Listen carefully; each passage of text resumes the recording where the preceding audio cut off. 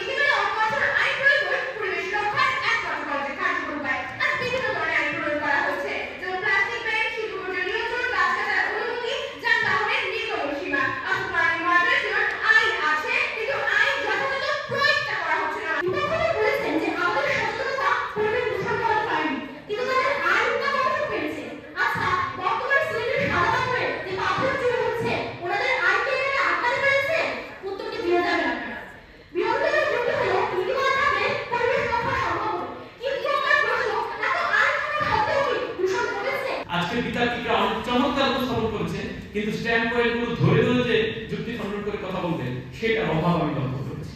বিতর্কের কিন্তু এটা একটা কোয়ালিটি, জাতীয় বিতর্কে কিন্তু এই ব্যাপারগুলো দেখা হয়। বিতর্কের অনেক ধরনের ফরম্যাট আছে।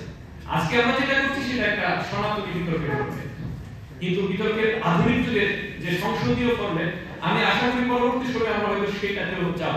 তবে তোমাদের সাহস, আত্মবিশ্বাস এবং সুনামগঞ্জের একটা ত্রুটি আছে, আমরা বলি যে আঞ্চলিকতা, সেটাকে তোমরা আজকে ছাড়িয়ে যেতে পেরেছো। সেটার জন্য আমি নিজে তোমাদের একটা হাততালি দিয়েছি।